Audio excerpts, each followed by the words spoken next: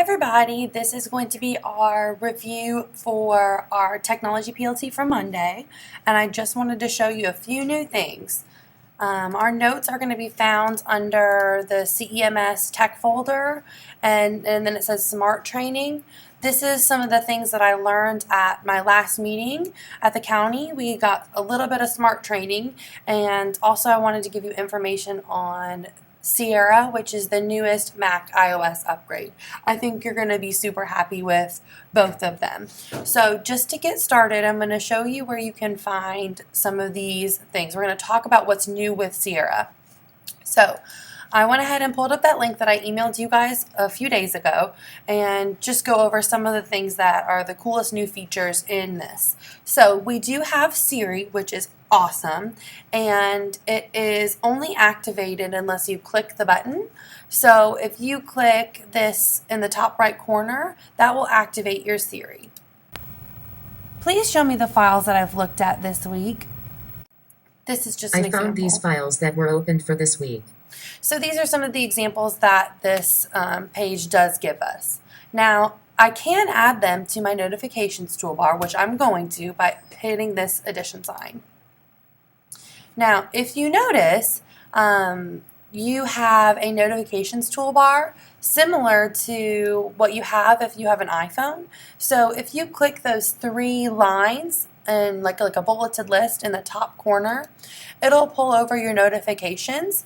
That is very similar to what you have on your phone. You can see your schedule, the weather, you can see all sorts of fun stuff on here.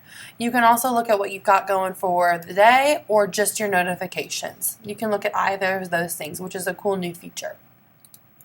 I also wanted to show you that we can have new Spotlight, which is this magnifying glass. This is where you go if you're trying to search for a file and you don't know where it's located, but you're pretty sure it's in there somewhere.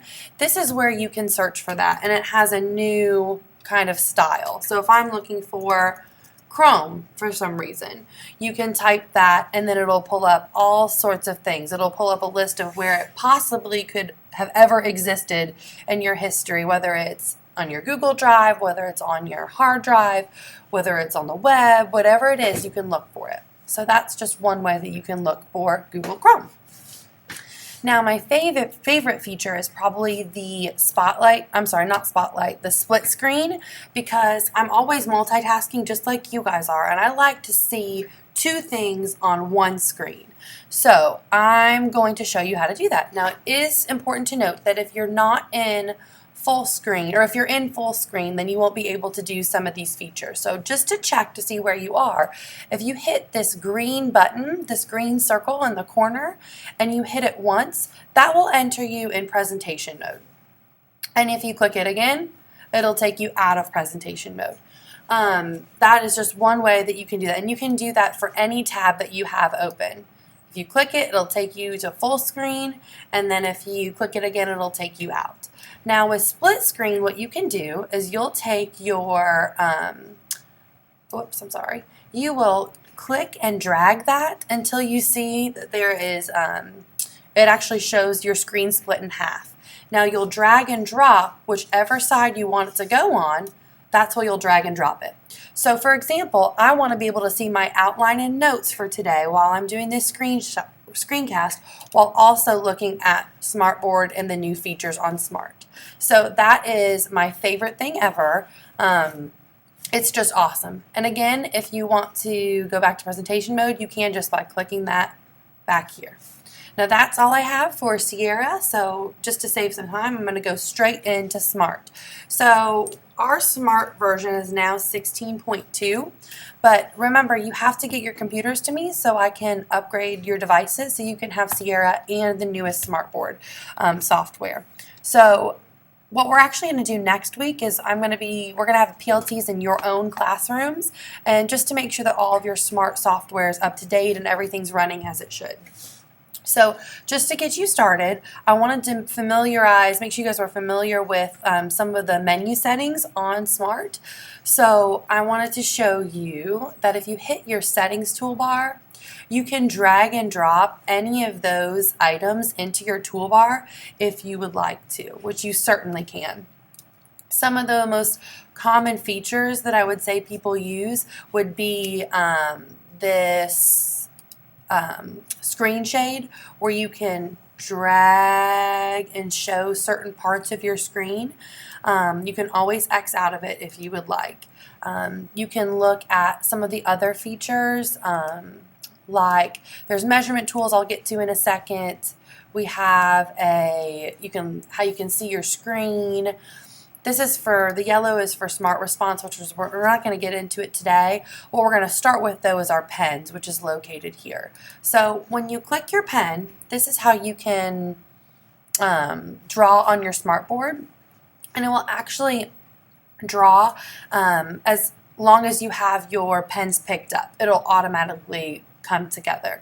So when you have your pens out, you have a whole bunch of different colors, but you can also change the type of pen that you're looking for. So we're going to start just with some basic ones. Let's go with a text pen. So if I select my text pen, I can draw, and I can literally draw and see if Smart can pick up and turn that into a sentence. I love computers. Why not? Oh, well, I write too slow, but you can see that it will turn into text for you. And you can either say, nope, I don't want that, by, deleting it. Or if you do like that, then you can just leave it however you do like. There are some tricks that they gave me, but I'm not going to waste our time to show you how to do that. But you can circle a word to edit it. You can draw a caret in between a word to add a text feature. And you can draw a straight line up and down to add a space in between. So that is your sentence pens. Now, if I want to change my sentence pen back, I can go to some other pens, like let's do, I think that there's a shape recognition tool. So if you're a sloppy drawer like I am, and you're trying to make well, that didn't work. Let's see here. Oh, there we go.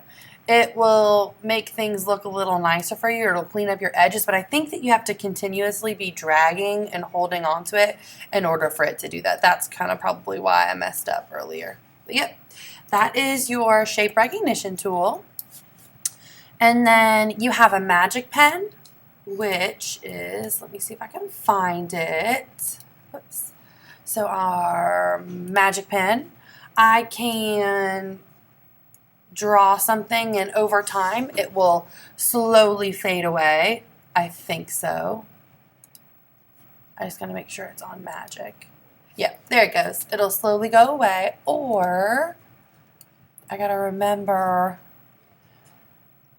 if you make a circle around something using that, it will, I think it used to highlight whatever's around it, but I think you have to have some text around it for that to work. And then also, if you want to draw in and zoom in on something that you're looking at, you would have to do that, just kind of like that. So I wish that I would have been able to get this circle part to work, but maybe that works better when there's text. We'll have to try that later.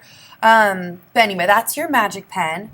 And then there are some other options if you want to just have different styles of pens that you would like. You can certainly do that. You can change the color to whatever you want it to be. It's totally up to you.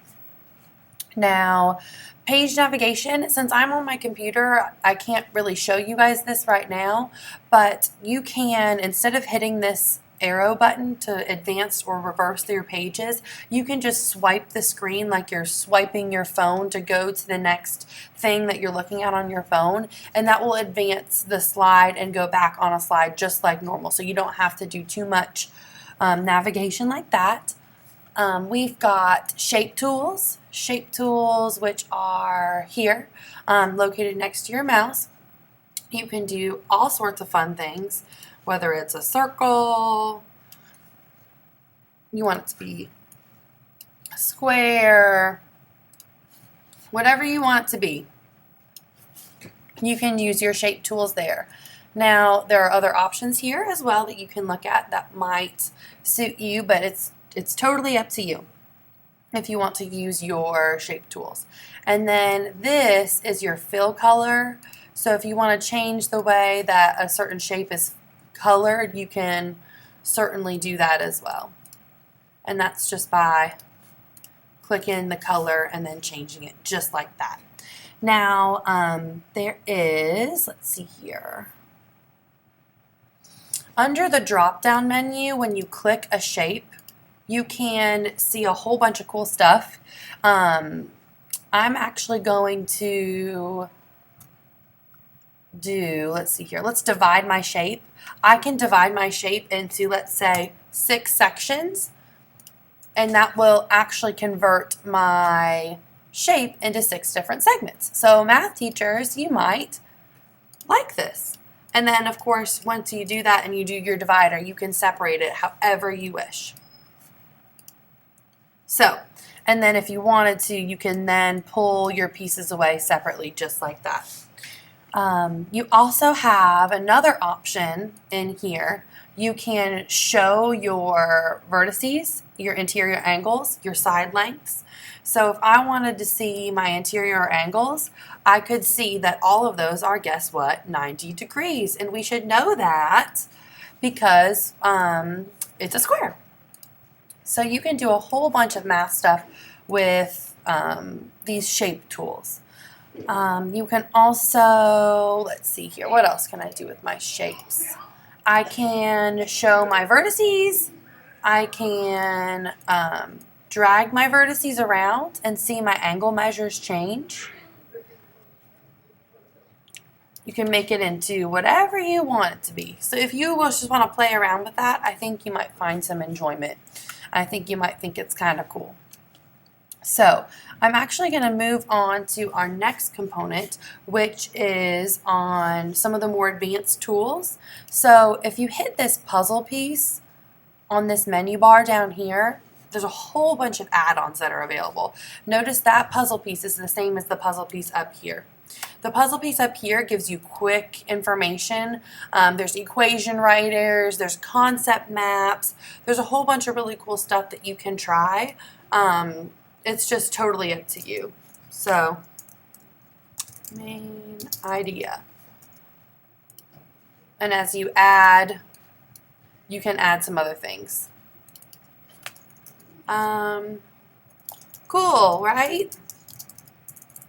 So anyway, you can play around with this and see kind of how you like it. That's what I've kind of been doing because I didn't know anything before I started playing around.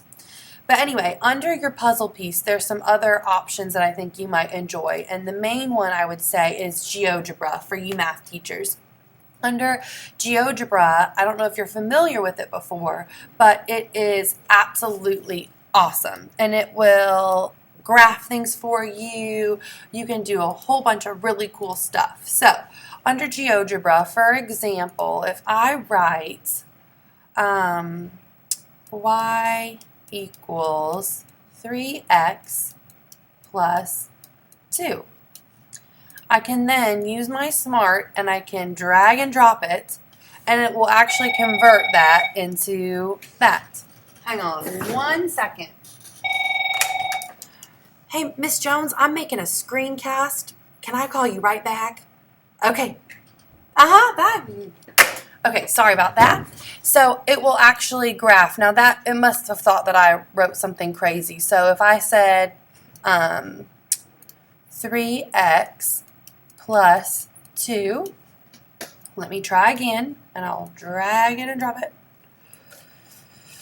It'll actually graph that line for you. So you can see that this line is right here. And you can notice if I move it, you can see how your equation changes. So this is a good way to show different ways to graph different representations. There are all sorts of different GeoGebra widgets as well. So if I go to GeoGebra, you can search for anything you want to and embed it into your presentation. So if I wanted to search for something about the Pythagorean theorem, I could drag and drop it into here anything that you find.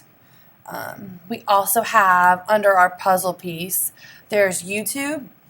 So if you want to embed a YouTube video into your presentation, go for it. You can search for anything you want and it'll go right into your smartboard. There's also really cool lessons, images, whatever you want to do. You can pretty much do this from your add-on template here.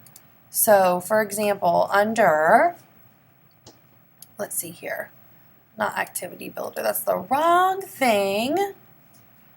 Let's see. Here we go. I'm under images now. You can search for some really cool examples, like for, let's see, 3D objects. I can drag and drop, let's say, a crab into my presentation, and I can manipulate this however I see fit. You can, it's pretty cool. And if you were to add any sort of labeling, you can do that as well. You can clone this so that it makes multiple copies. I don't know why you would want to, but you could. And if you want to navigate through this panel whenever you have a second, you might want to do that. The Smart Exchange is awesome, and I actually use this quite often if I can. And it houses a bunch of free lesson plans and templates. So if you're looking for anything, let's say integers, for example, you can search for pre-made lessons that will automatically open into Smartboard. It's like Teachers Pay Teachers, except everything's for free and it's just for Smartboard. And then you can narrow your results down here depending on what you want to do. So those are all of your options for Smart Exchange. Let's see here. There's so much that's on here. And this was like a whole day session. I'm trying to get it done as soon as I can.